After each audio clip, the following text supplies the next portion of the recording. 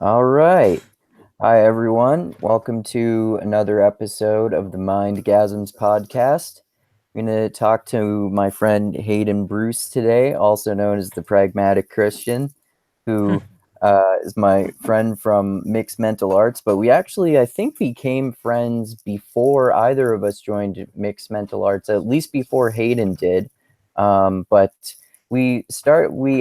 actually ended up becoming friends because I guess it was in the period of my life where I was kind of transitioning between being a militant atheist and being a more like friendly and accepting and open-minded atheist. And I was writing blogs, and some of them had to do with religion, and I just kind of would criticize some aspects of religion, but try to have an open mind about it, and just have the just was getting into more of this mindset that it doesn't really matter what people believe as long as they don't try to hurt anyone else, and most people have much more in common than they do differences, and that's what I've been realizing about us the more we talk to each other. And I know that originally you had reached out to me because you liked my approach to atheism in my blogs, and then that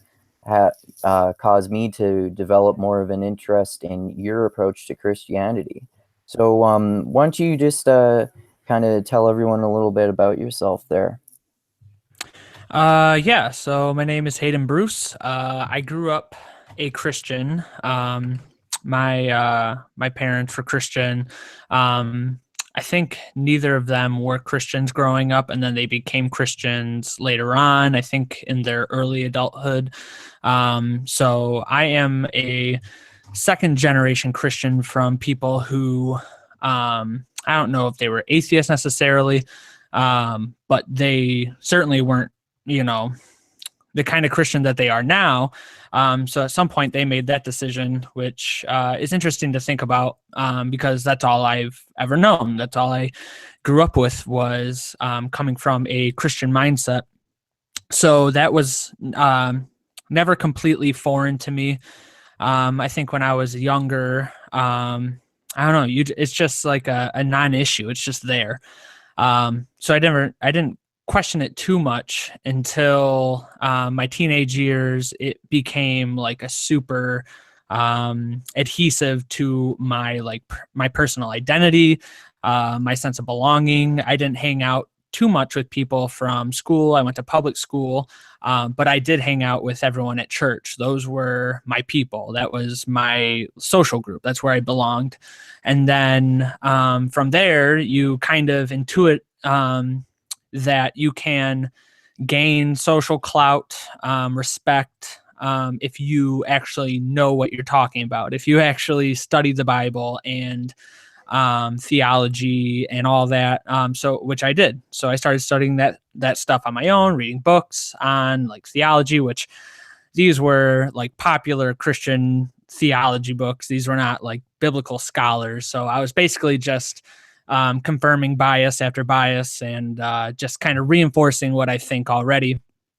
And then I went on some trips. I got really into like missions work. I went to Nicaragua, and Costa Rica, and a couple other places. And I started to confront cultures that were very, very different than my own. A very American. I mean, I'm from Michigan. I'm from Detroit, the Detroit area, and I'm a white male in a semi suburbs. And I went to countries to work with children that literally lived in a humongous garbage dump. That's where they lived. That's where they ate. Most of them have never like swam in a lake, and so we took these kids to this lake, like a couple hours away from there, and did this kind of kids camp and stuff. And so what that experience did for me was open up my eyes to other cultures in a way that I just never had before. It humbled me, and so I went from there to wanting to do more missions work, and I became even more devout in my religion, more radical. That word radical means going to the root of the issue, to the belief. And so I wasn't radicalized necessarily in the modern sense, but I did go back to the original text and say, okay, what was this all really about? And from what I could tell, it was about missions. It was about sharing the good news, the gospel of Jesus Christ as everyone's Lord and Savior.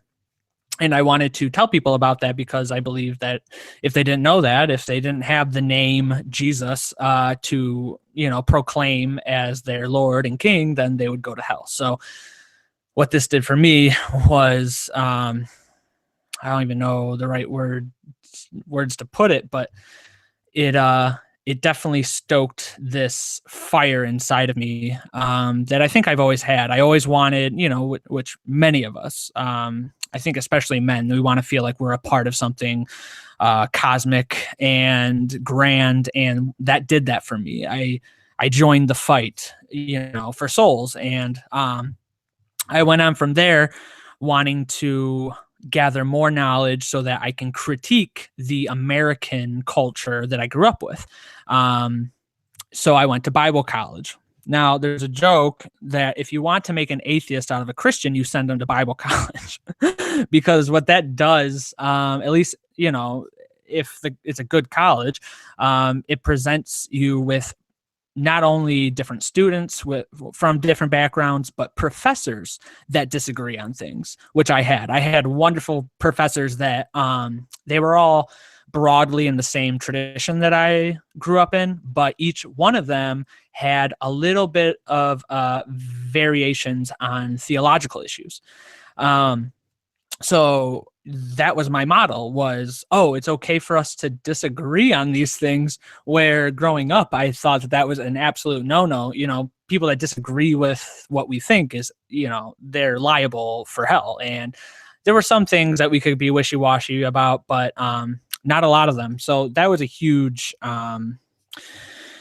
game changer for me. And you and I have talked about some of my outlooks during this period of time before I ever learned about like philosophical pragmatism. I started to apply this rubric or this method or lens to look things through, where I started to think, is this view or is this belief healthy or unhealthy? And before I ever knew what like pragmatism meant, I would, put beliefs through this gauntlet. Is this a healthy or an unhealthy belief? Is this belief leading to, leading people to be healthy or unhealthy Christians? Is it leading to good or bad relationships? Is it leading to obesity or like physical health? Is it leading to depression or a healthy mindset? Like I started thinking about things in that way.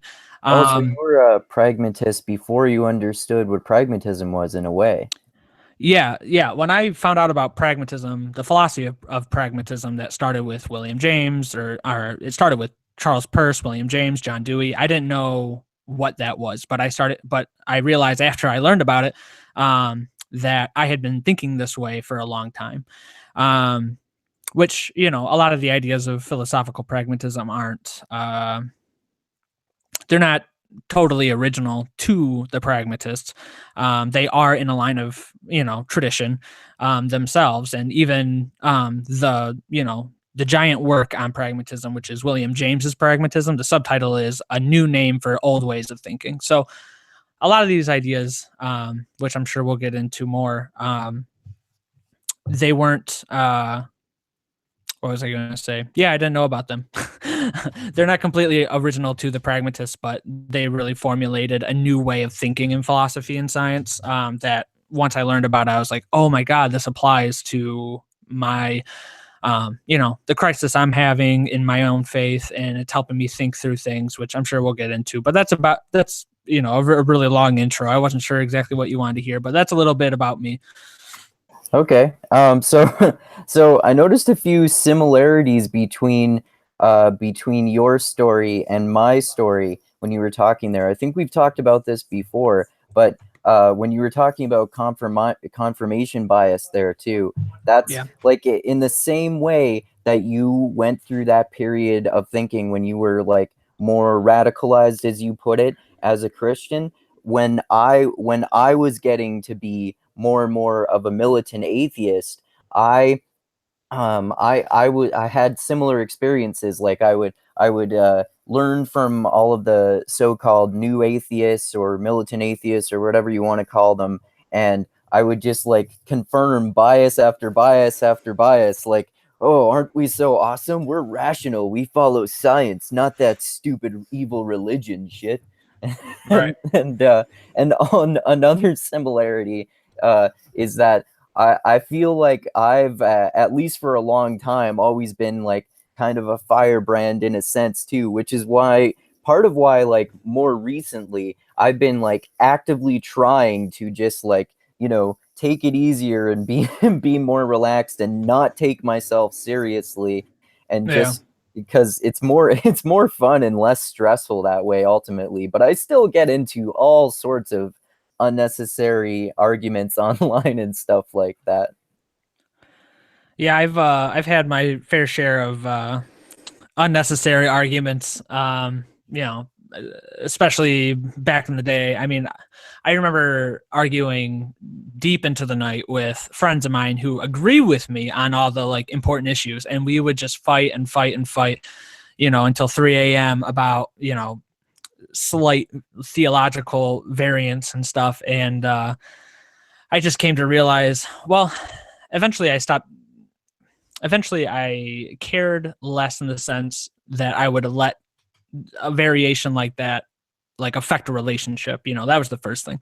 But now I'm like, well, there are differences. There are real differences between ideas and how they play out in people's lives. And so I think we can, to a certain degree, say if someone's thoughts or beliefs are good for the community, and I use that in a very general way. You can, you know, use that for the family, for the friend group, for the town, for the society.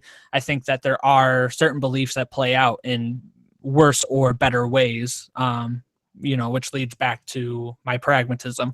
But I'm 100%, well, no one's ever 100% fallible, but I try to remain intellectually fallible, which is like every single time I try to say something like with all certainty, I always try to end it with, but I could be wrong, you know, like no matter how certain, you know, something I'm trying to say is, like, I try to end with that because it's like, all right, I got my, you know, my foot out the door, you know, I got the door cracked so that I can, you know, open it up and leave a sticky situation if I have to, which sounds cowardly, but I think we all need to like humble ourselves to a certain extent with our beliefs, whether it be atheist, religious, and the whole host of other variations in between those two, because there are a lot of variations. And that's what I keep learning more and more, is that there's variations. There's not just Christian theology or Christian philosophy. There are probably thousands upon thousands of slight variations in all those things, which goes back to evolution, which has been crucial to my understanding about life and even religion, which sounds counterintuitive, but it's true. Yeah, totally. The more I talk with people like you, and I like learn from not just atheists but Christians and like everything in between, the more I realize like sometimes I agree more with Christians than atheists. Like for with you, for example, one of the things I used you as my example on the mixed mental arts orange belt test the other day, of someone who who was part of a culture or group that I had biases about, and then I corrected those misconceptions through getting to know them. And one of the things I said about you is that the more I become friends with you, the more I realize that like often one of the only things we disagree about is the existence of God. We often, like, even if I have like assumptions about what you might believe, when we talk through them, I often find that we pretty much agree on most approaches to things. And even if we disagree, we're really like respectful and open-minded with each other. And that reminds me of another similarity between us too. Like, I think another thing that kind of helped bring us together, and that does that for a lot of people, is mixed mental arts, which for people who don't know, I mention it on lots of my podcasts, but for people who don't know, it's the awesome group and podcast with the amazing Brian Callen and his awesome co-host Hunter Motz. And they have lots of idea sects, and I often participate in the mixed mental arts chats about lots of different sexy ideas. And a main a main aspect of mixed mental arts seems to be like basically being open-minded but also skeptical, which are two of like basically my core values, even though they seem almost counterintuitive and incompatible at times.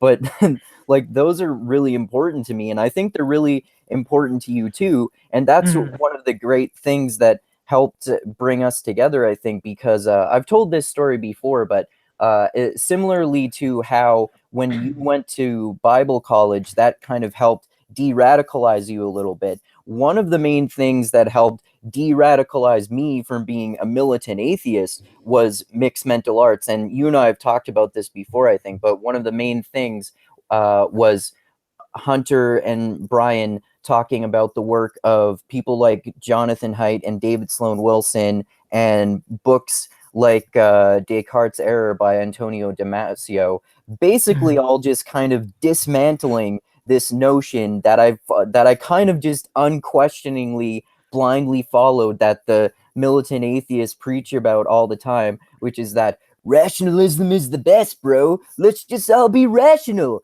That fucking stupid emotional shit, that religion, that makes you fucking crazy and emotional. We can be better. We can be rational. Well, it turns out that you can't, like, emotion and reason are inexorably linked in the brain. So you can't even make decisions without using emotion. It's like how Antonio Damasio says in his book that I forget the name of the guy, but the guy who they do the study on in the book, they remove the part of his brain that's supposedly linked with emotion, and he can't even decide what to have for lunch without using his emotions. So that was Right. like a mindgasm for me, for sure. Yeah, I love those accounts, and my my fiance and I talk about that stuff all the time because she went to school for she started off in studying neurology and stuff, and so you hear all these stories about Phineas Gage and all these accounts where people have brain damage, and then like all this cool stuff happens. But learning about that stuff has been crucial for me. It's been important for me to understand exactly what you're talking about. That coming from a Christian background, I wasn't versed in science and everything, but we still thought that what we were saying was rational. That what comes from like a fundamentalist Christian background, like belief system, is the idea that the world is naturally irrational. Which is so funny to say that out loud now, but like the whole world is born irrational. It's you're thinking through the ways of the world. You're thinking worldly, and if you just have this secret knowledge or this secret encounter with this unseen being, then all of a sudden you will think rationally. It's very Gnostic that if you just have this secret knowledge, then everything will become clear and stuff. And a lot of Christians, a lot of mainstream Christians, who find themselves in like very mainstream traditions, are like secret Gnostics, where they think that they have that secret, secret belief system or that secret knowledge where it's like they see clearly. There's lots of Christians that think, and I won't throw any specific tradition under the bus, but there's lots of Christians that think that like you can't truly love if you're not a Christian. So there's these people who, are Christians, or there's a couple that are both Christians, and the husband will start doubting, and then eventually he'll stop believing in God completely. And then if he was to tell his wife that, now there's a crisis because the marriage might be void. How can you love someone if you don't really have God in your heart, if you don't have Jesus in your heart? And it's this crisis for people. There's he's a podcaster now and now an author as well, but Mike McHargue, he grew up in the Baptist tradition, and he was really into science his whole life. And eventually he just stops believing in God. And this very crisis that I'm talking about is, happens to him. And it was just this horrible, traumatizing experience, he lost his whole community. He thought he was going to lose his wife. They were able to work it out in the end, which is awesome. But it's this idea that if you have the secret knowledge, then you are the only one, and you and everyone else in your in-group see the world clearly, and everyone else sees it in a fuzzy way. Everyone else sees things dimly. And like, now that I think about that, I think I might have thought this as well back then, but I wasn't able to admit it. But it's just so arrogant. And you see that same Gnosticism play out with atheists who don't believe in any secret beings. And you see it played out in Christians and Buddhists. You see it in everyone. There's not a single group out there that doesn't, fall into this category in one way or another. And, and even us who are into the mixed mental arts idea, we can be we can do the same thing sometimes, where it's like, oh no, I see how the world really is. Everything is emotion and rational. Like, like I have the secret knowledge. I know how everyone really thinks. And it's like, it goes back to my fallibilism. It's like, okay, here's what I think, but I could be wrong. Like, I don't think I have some secret, some secret sauce that's making everything I say, do, and think, magically, perfectly true. And everyone else is looking through, a dim, foggy window. But yeah, it's just an interesting thing. Yeah, that's a great and important point too. Yeah, that it's important to not start to get so tribal, which is what you were talking about how everyone is tribal. It's important to not get so tribal about mixed mental arts that we think we have the ultimate truth and everyone else is wrong in that way either. And yeah, I used to be, and I was like delusional about this about myself too. I was like delusionally arrogant about atheism too. I think I've written in my blog a few times that I would something like I would get up on my soapbox and preach about the evils of religion as if like no atheist has ever done anything bad and religion has caused all the world problems. It's like a single variable answer, right? Just like a conspiracy theory. And yeah, what you said about fallibilism is important too.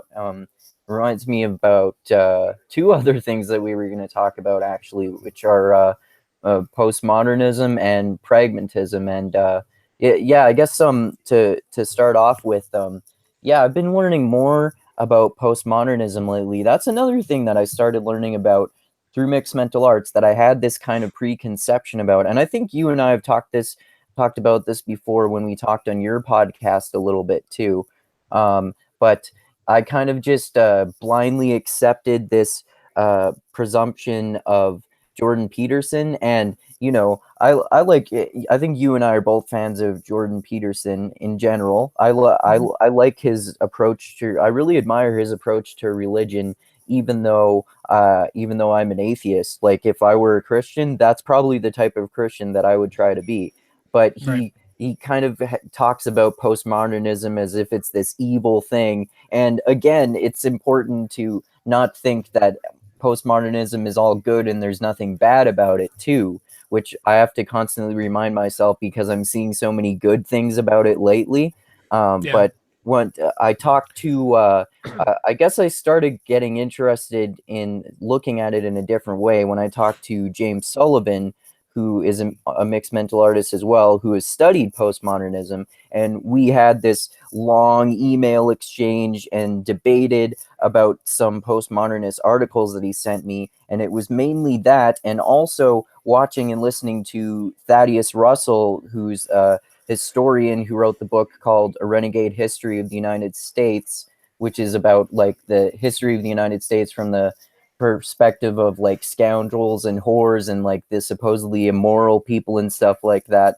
And him talking about postmodernism probably more than anything else, but in combination with everything else, kind of helped me see it differently. And also importantly, in combination with actually reading and researching the postmodernists, like reading books by Foucault, like Madness and Civilization and Discipline and Punish, and reading articles by Derrida and other stuff. And it's not like, basically fallibilism is kind of similar to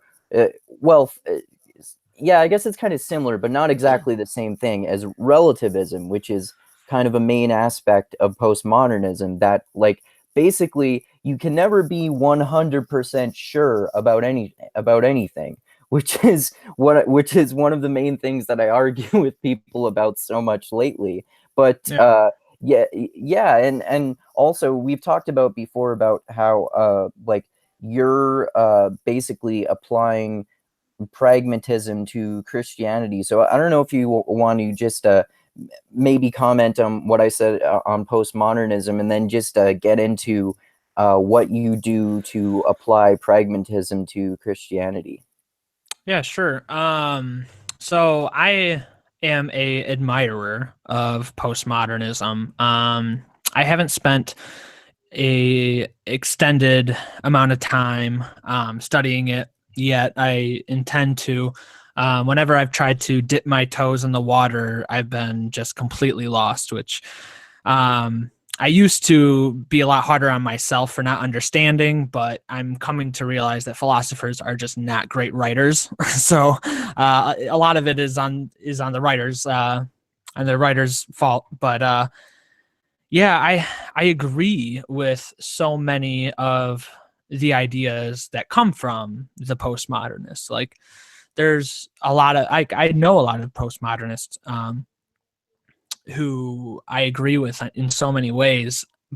And I guess I had a postmodern versus like an objectivist point of view before I came to pragmatism, and it was just a matter of, going back and forth on the different points. It's like, you're saying one thing that I completely agree with, and you're saying something that, I completely agree with as well, but goes directly against what this guy is saying.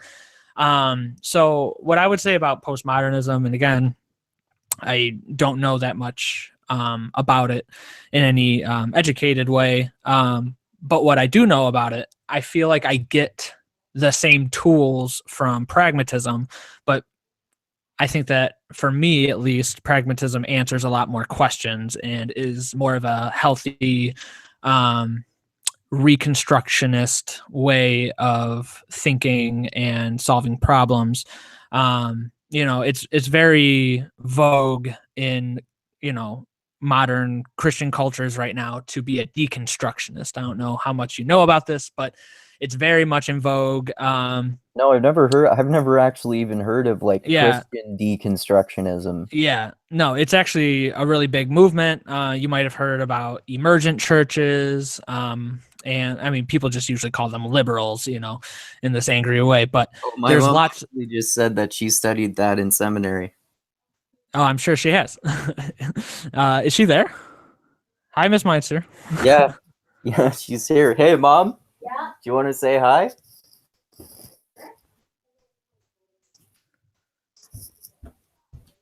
Hi. That's my friend. I hear a lot about you. Hi, Hayden. How's it going? That's it. Oh, does she not have? Oh, she can't hear you because I've got. Oh, sorry, I forgot about that. Anyways, yes. So deconstructionism is really, really big in like, young, cool Christian circles right now. And there's, podcasts out there called like the Deconstructionists, and I don't want to rag on them specifically. That's not what I'm trying to do, but it's really in vogue to tear things down right now. And you see that in our culture widespread anyways. You see it in secular cultures. You see it in the universities. That's everything that's going on with like Jordan Peterson, all this postmodern, neo-Marxist stuff. That's what I do. I do myself. I'm an evil postmodern neo-Marxist, apparently. But in Christianity, it's like you have these deconstructionists that just want to tear everything down. And it's like they want to allegorize the Bible. They want to, basically destroy, tear down all of our preconceptions about everything, which, me, like that's all good and fine. But what do you do after the fact? You can't just stay in deconstruction. It's not a very healthy way of looking at life. And I think you become very cynical if you stay in that way of thinking. I think you become just not helpful. Like, how do you even be a successful or a helpful like person in a society or a group if you're just trying to tear things down all the time? It's like eventually you have to reconstruct something. And like, yeah, there's this is actually why I've argued with Sam's Bulldog before that like being a postmodernist doesn't necessarily mean that you're going to be all like cynical and nihilistic, but Yeah. like on the other hand, it doesn't have any like pragmatic advice for how to live your Right. life. Yeah. And this is why I've talked before. I often talk about how I approach life pragmatically, basically. And like I'm basically a pragmatist when it comes to how I live my life. And this is one of the things that even though when you and I were talking about um, varieties of religious experience by William James, I have some criticisms of it, but I like what he's doing with that book, especially within its core historical context. And Yeah. I like his approach to things and his psychological approach. And one of the things that I really like what in that book is where he talks about I think he says something about how when we talk about living our life, we should think about being and doing, which is really that makes a lot of sense. Yeah. You actually just cut out. What'd you say the last like 10 seconds? Oh, I was just saying that I really like the part in Varieties of Religious Experience when William James talks about how when we live our life, we should think about being and doing. Yeah. Yeah. I like that a lot. And, what was I going to say? Yeah. You have to be able to do, and you can't do if you're not certain about things. That's one of the insights from the philosopher Wittgenstein. Like he talked about in his book Uncertainty, that when people say they doubt things, like you have the skeptics who are like, is my hand really real? Like, like how do I know this isn't all simulation? And like what Wittgenstein says is you're not doubting anything. Like you're making it up. Like you don't doubt that you have a hand. You see your hand, you have the hand because you use the hand without thinking about it. And Well, see, I still doubt that though because I can't trust my own senses. But but he would say that but that's a the point. verbal doubt, that it's not a real doubt, that you're just saying that you doubt something, but you act as if you do have a hand. So Well, yeah, but this is where we might disagree slightly. Like I think if I act as if I believe something, that doesn't necessarily mean that I actually do. Maybe that's where we would disagree about that. But I think that like I can doubt that my hand exists because I'm really not 100% sure that I'm actually processing what is actually visually happening in front of my face. And in fact, like colors are kind of like illusions constructed by our brains. And there's like, I mean, these are all like and what I'm about to say are all like very, very low probability things, but there's always the possibility that, like people say that we're in a simulation or we live in a hologram or something like that. And those might be very, very unlikely. I don't think they're very likely at all, but there's still possibilities, even if they're really distinct or like really unlikely possibilities. yeah, some people talk about degrees of certainty or degrees of belief, and I would say That's what I that prefer to have. Yeah. whatever degree of belief allows you to actually act on something is the only degree that matters. Anything beyond that, for me, like and that's where pragmatism is really useful for clearing your mind on things and That's pretty much where I agree making with you in pragmatism on that for sure. Like I don't really care how certain I or anyone else is about things as long as you can do things. Although I do spend a whole lot of time like in intellectual masturbation criticizing these things. Yeah, I mean, I think that I think there's a degree where that stuff is just like fun when you're hanging out with your friends, having a few beers and, contemplating reality and stuff. But, um, 99% of your time you're actually living and acting on things. And that's where like the pragmatist conception of like belief and action like is really useful. It's like what you believe is that which you are willing to act on, and so for religion, that goes back to like Jungian archetypes, ideals, living towards and by ideals, going back to Jordan Peterson's work and stuff. Like, what are the beliefs that I'm willing to act on? Do I believe that my actions actually matter in the world or in reality? If I'm a determinist, or if I think that everything I do is determined, that there's nothing I can actually do to change the world, or that no amount of will that I have can actually change the effects of anything. If I don't believe in my own ability to will, or to have free will, free action, then it's like, okay, what are the consequences of that belief? I can just sit here and say, okay, whatever happens, happens. And there's a lot of people who are resigned to living that way, but they don't actually ever accomplish anything. And if we go back to, how we evolved, one of the mixed mental arts pieces or knowledge bombs or whatever is that we are social animals. Like, humanity's superpower is our social abilities and social cognition and social intelligence. And if my belief in something makes me a completely useless person in the community, it's like, how true is that thing? If my belief in determinism, basically means that I just, sit in my house and say, whatever's going to happen is going to happen. And I just, wilt away. That's not a very evolutionary, evolutionarily, good belief to have. And that goes to, Jordan Peterson's whole idea of like pragmatic truth and everything, that what is true is what is good in the sense of belief. And I agree with a lot of that. There's really good critiques on that, but I haven't heard anything. I haven't heard any critiques against that really. The critiques always make sense. But then when I actually think about how those ideas actually play out in real experience, it's like I don't see anything that can really come against it. It's like I see pragmatism as a way of actually making change in the world and cooperating as a society, as a group, as a community, and operating together to make real change, to progress. And then I see other ideas that make sense logically, but I don't see them capable of inciting, change, progress, movement at all, action.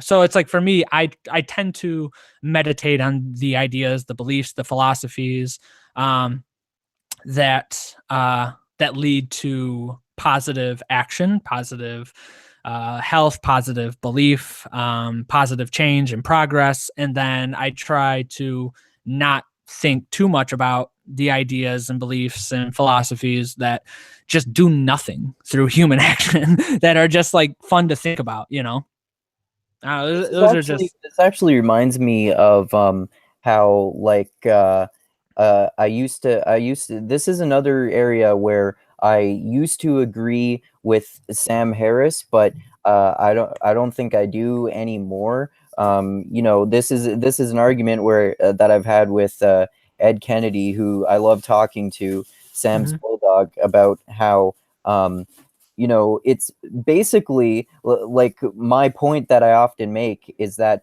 it's not very pragmatic to talk about how Islam is evil and all this kind of shit like that. Maybe it is. I sure don't know. I haven't even really examined the religion that much. That's the thing that I've been meaning to do. I have a copy of the Quran that I keep saying I'm gonna read, but I haven't read it yet.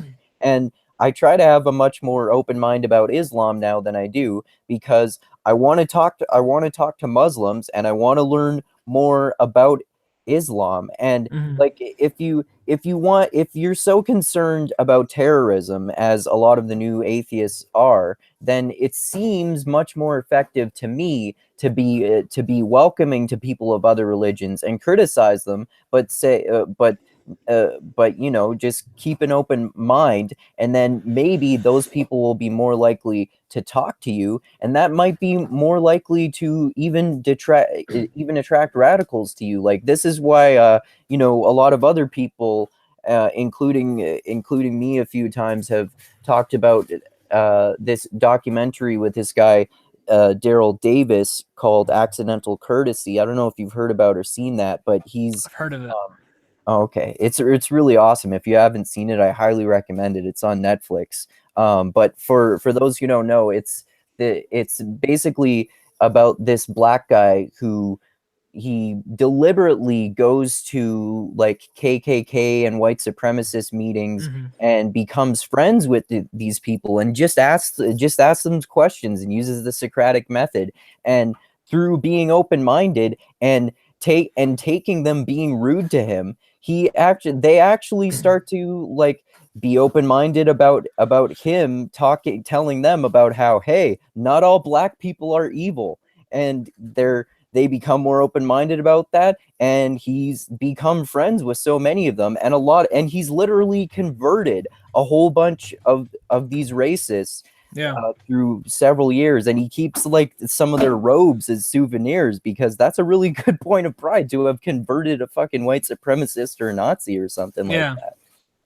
Yeah, that's what our friend Adam Hansen calls Beale's law. I think he calls it. But there's a philosopher that also calls it the principle of charity, which is that for us to disagree on anything, we have to agree on an almost infinite amount of things. You know, for you and I to disagree about anything, we both have to agree about English language, culture, being white. You and I are both male and white. Like, there's so many things that we actually, you know, subconsciously or subconsciously or below the surface, we agree on all these different things. We understand the same cultural references. We understand the same, basically the same vocabulary, the same language.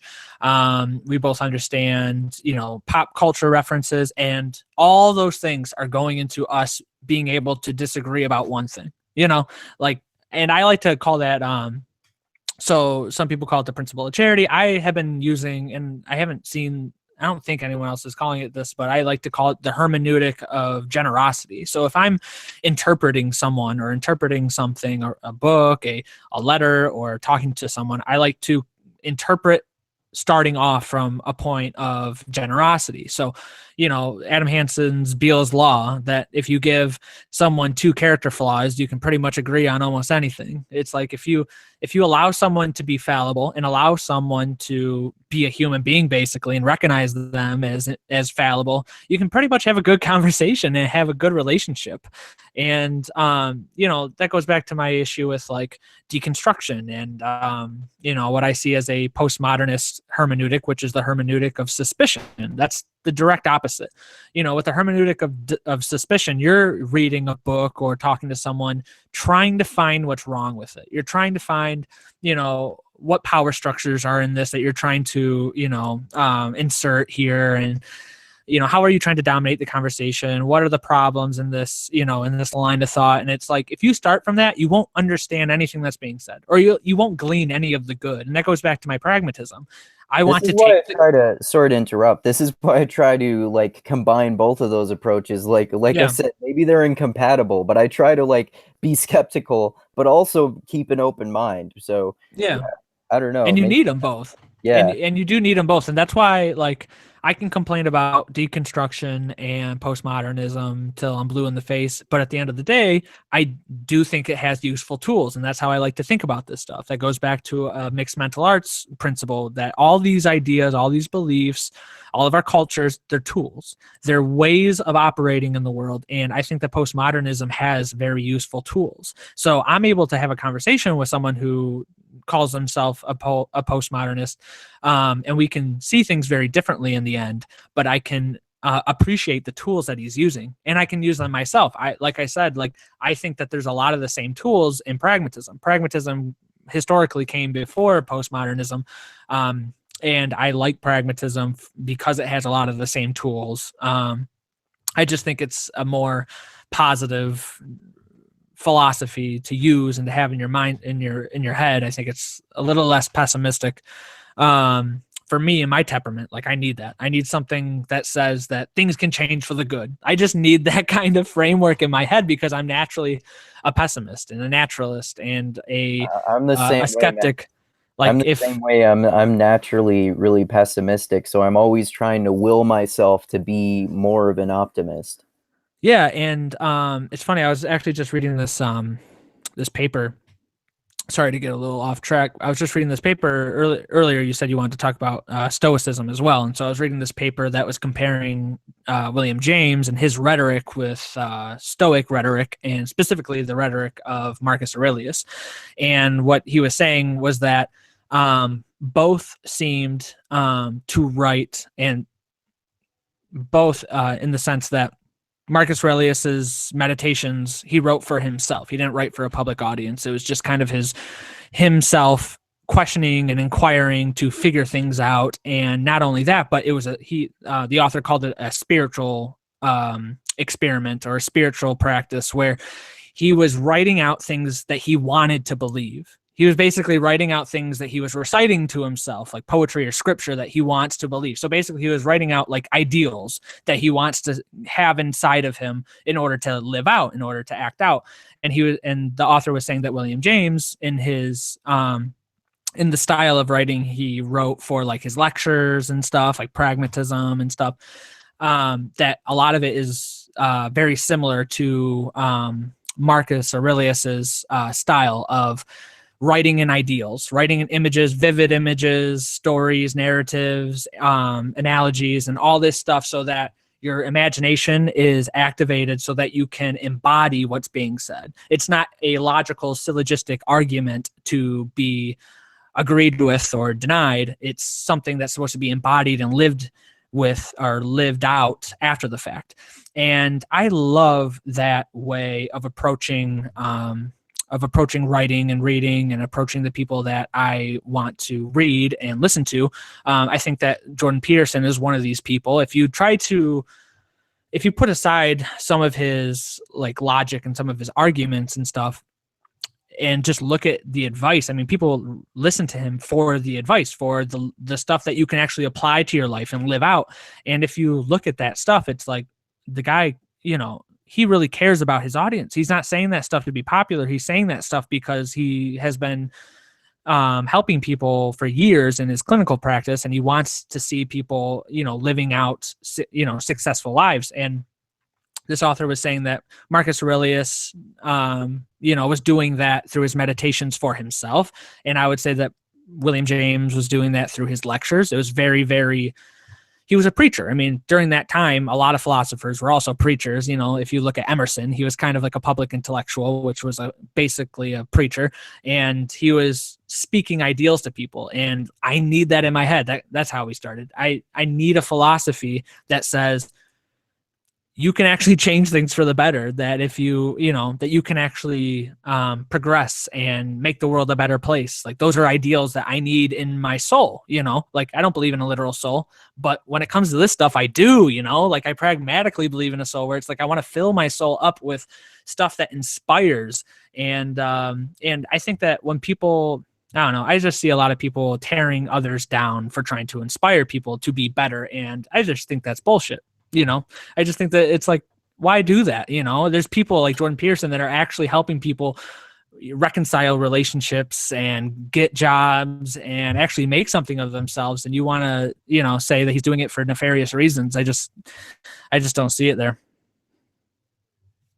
Yeah, this is why like I often get into like maybe unnecessary debates with people, because I always like to defend people who people like intellectually shit all over, like Jordan Peterson and like Ben Shapiro. Even if I don't necessarily agree with them that much, like Ben Shapiro,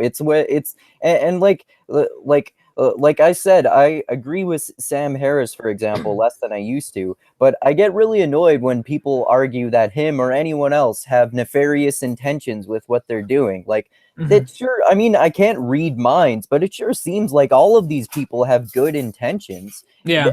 Everyone just has naive realism. So we think that our way of seeing the world is the best way to see the world, and everyone else who sees it differently sees it in an inferior way to us. So we project that onto other people. And yeah, with what you were saying, about Stoicism and pragmatism, that's why I wanted to talk about Stoicism too, because I think that there are a lot of similar aspects between the two philosophies. And if you, I don't know how much Stoicism you've read. Oh yeah, I think you said you haven't read that much. But my personal favorite Stoic text is called The Art of Living by Mhm. Epictetus, and it's Mhm. this really short one, and I think it's the most pragmatic book on Stoicism that I've read. It's just like each page is basically a piece of pragmatic advice, Yeah. and it just goes through that. Like, I really like the fables that writers like Seneca and Marcus Yeah. Aurelius do too,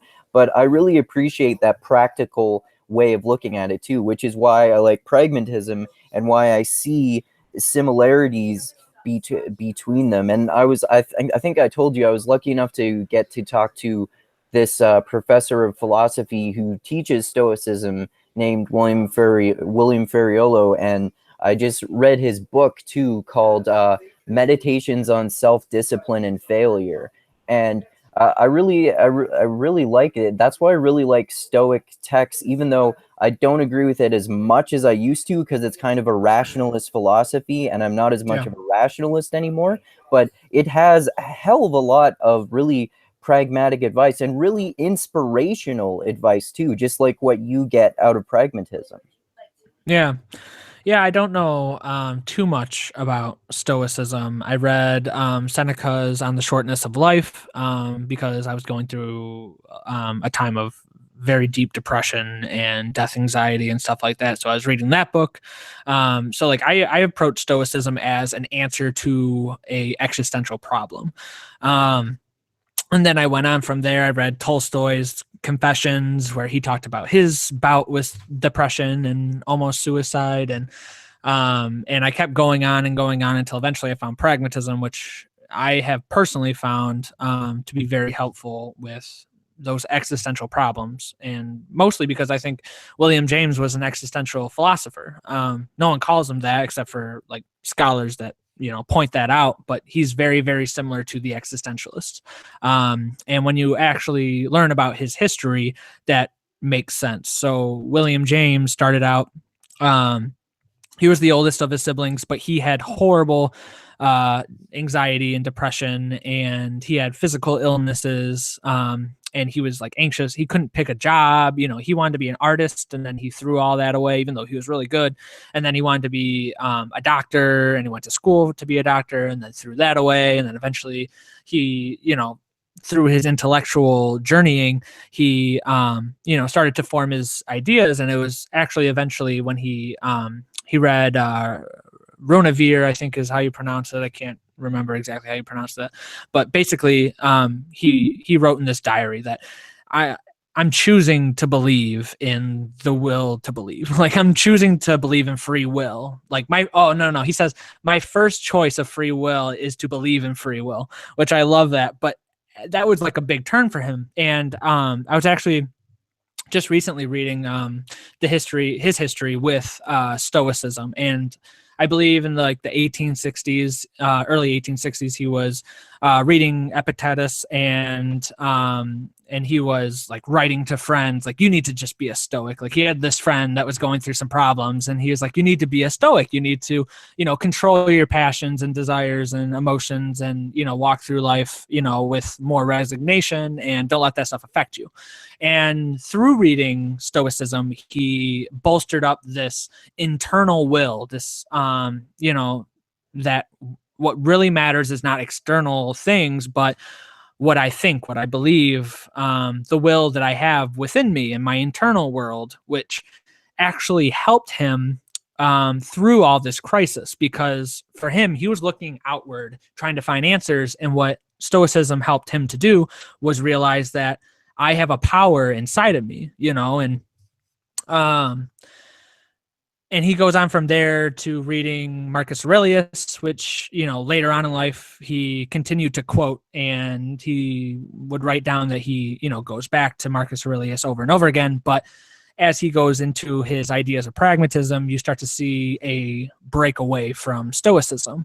But what never changed for him was the belief in this internal will, the power of an internal will to think what you want to think, to believe what you want to believe, um, you know, to not be affected by externalities, which is that, that Stoicism that people think that, the thing that people attribute to Stoicism, which is that when the world around you is on fire, you can still operate and not let it affect you. That's like the ideal, like Stoicism, is that you have control over your, what you allow to affect you. You value what you choose to value and not what's all around you.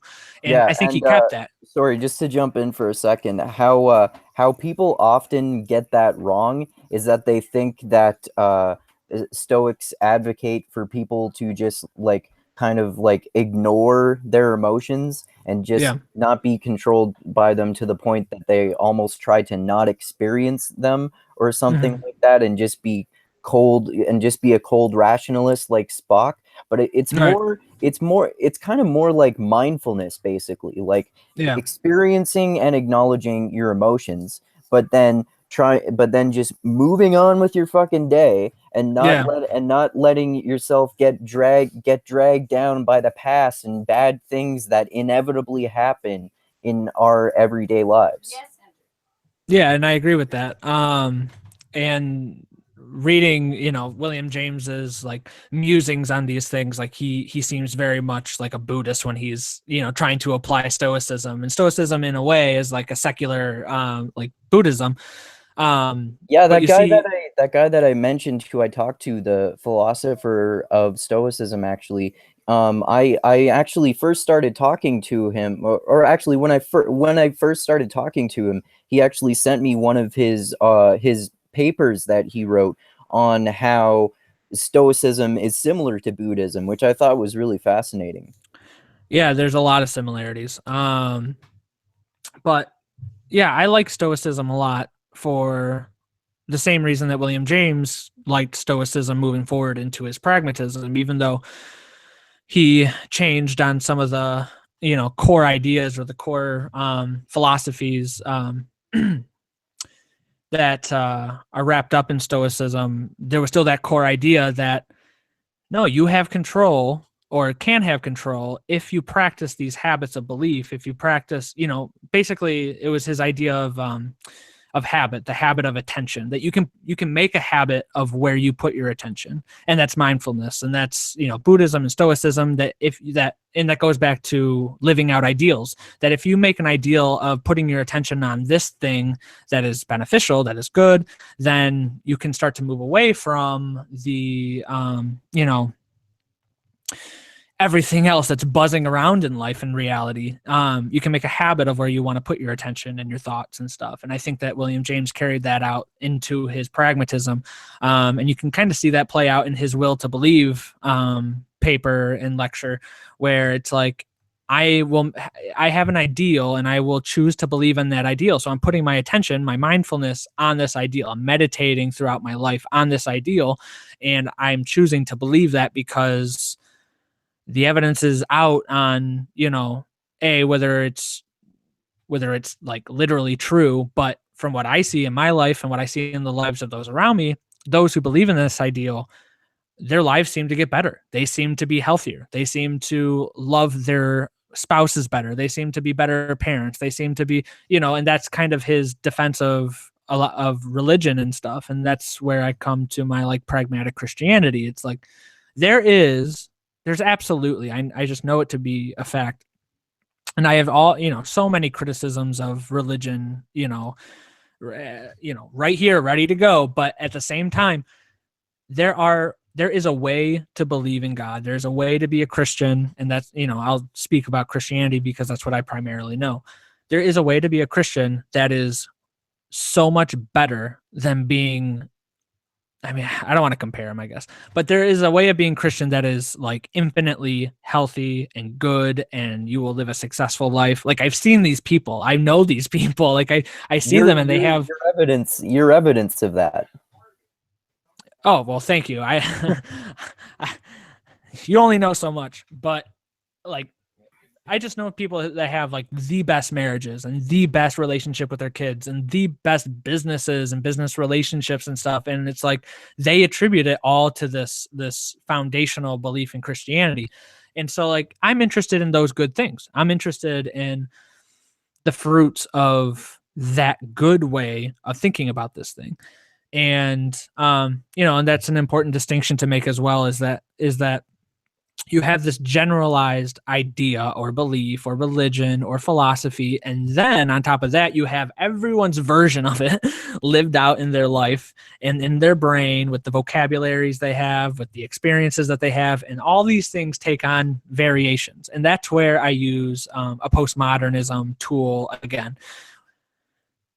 I read this awesome paper by this philosopher, Jose Medina, and he was writing on pragmatism, on William James, and he was talking about, man, I really got to reread that because it's just so good. But he was talking about how, for his epistemology, he's a pluralist. His epistemology is pluralist in that every single person, and this is a postmodern idea as well, every single person has a unique, specific experience, and they see things in a unique, specific way.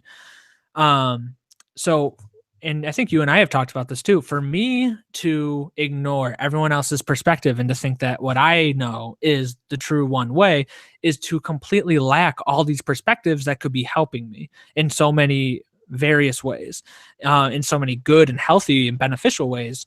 And it's like, it really pays rationalistically to open yourself up to other people's experiences, even if you disagree with them on the surface, and it goes back to Beale's law. It's like, okay, I'm going to recognize that you're fallible, that you messed up, that you, that you in Christianese, it's like, I'm going to recognize that you're a sinner. Okay, now let's have a conversation. Like, now that we got that out of the way, now that I know that you're not perfect, that you're not Jesus incarnate, like, let's actually have a conversation and let me learn from you and learn from your experience, because I don't have your experience. I told you about how I got told I look like Jesus the other day, right? Yeah.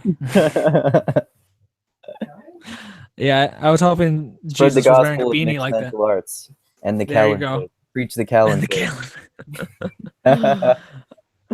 But that's what I appreciate about mixed mental arts. There is a lot of dick measuring. There is a lot of intellectual judo and just intellectual brawls sometimes. But I think that everyone is there for a good reason, which is they want to hear other people's perspectives, even if they're not willing to agree with other people's perspectives, which a lot of them aren't. Like, they're at least willing to listen, which is good. They're at least willing to come to the same location digitally in the Facebook group and listen to other people's perspectives and argue and resolve things. I mean, I've been in the group probably, I don't know, maybe 6 months tops. Like, it really hasn't been that long. But even the change from then, like, I see people resolving things in much more peaceful and mature ways than even back then. And that's only like, what, 5 months? Like, I've changed that way too. I used to have much more animosity to other people in the Facebook group when I first started arguing with people on there. And now I still have some animosity sometimes, but I try to be a lot more open-minded. Yeah, I mean, I get annoyed all the time, but then I just am like, why am I annoyed? It goes back to stoicism. Like, what is this doing? Which goes back to my stoic pragmatism, which is, what is this actually accomplishing for me? What is me being annoyed? Like, I got in this argument with this one guy.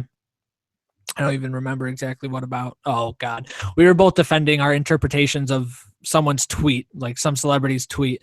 And we were going back and forth disagreeing, and like every time he would comment, I just would not understand where he's coming from with his comment, and I had the feeling that he was doing the same thing for me, so we were just like talking past each other. So then I just stopped. I'm like, you know what, we obviously disagree, but hey, I love you, man. Like, I just like kind of like ended it. He's like, yeah. He's like, actually, I agreed a little bit with what you're saying. I'm like, okay. So all I had to do was just like end the conflict, period, and say a joke or two, like make light, and then like he was like, oh yeah, I actually agreed with this one thing. And it's like that's all we have to do. We just have to like lighten up and be the first to say, hey, I'm an idiot. What about you? For sure.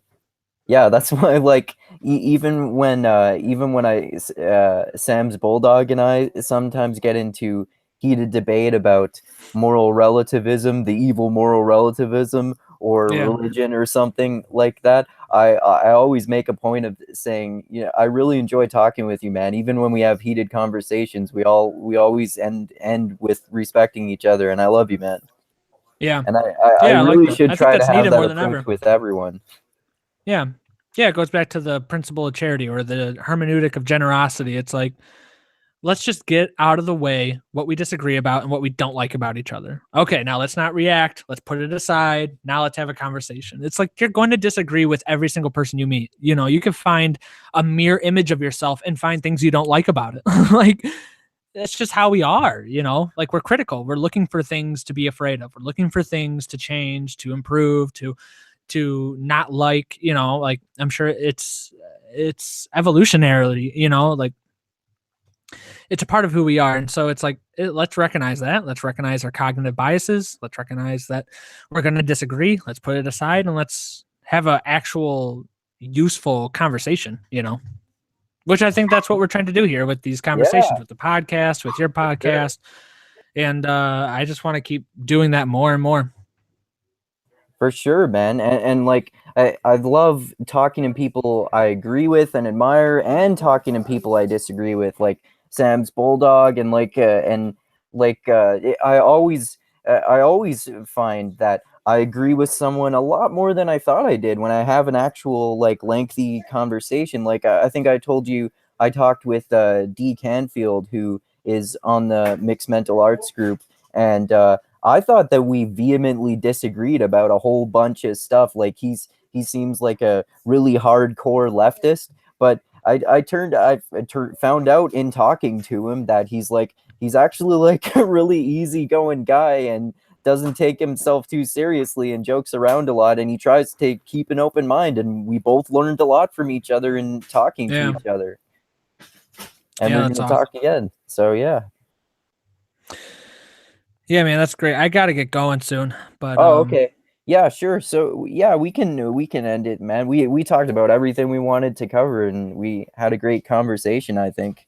We always have yeah, great conversations, man. yeah, I definitely want to do this. And yeah, I think these conversations are really important. And like, Yeah. you're not, our relationship between you and I was predicated on, hey, you're an atheist and I'm a Christian. We disagree fundamentally on the nature of reality. How about we become friends? And we did effortlessly. Like, it's not that hard, people. Like, Yeah. and that's so useful to me.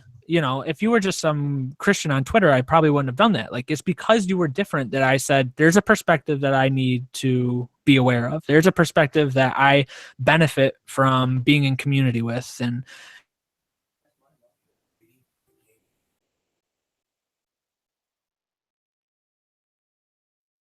promote that way of thinking. You know, seek out people that are different from you and strike up a conversation, even a relationship, a friendship. You know, you're going to learn so much from people that disagree with you, so much more than the people that you actually agree with. If you both are able to open up about the things that you think and be willing to not be right in every single conversation, but be open to the other person's point of view. And I mean, I just think we need that so much more today than possibly ever before. But everyone says that about everything. At least in my lifetime, I think that it's more important than I've ever realized. But hey, we're doing the work and we're contributing to that social change. And I hope it all works, man. Yeah, yeah, I totally agree, man.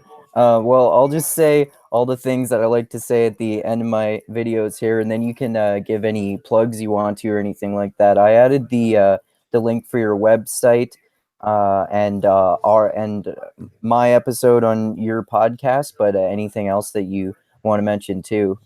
So all right. Thanks everyone so much for watching and listening to another awesome episode of the Mindgasms podcast.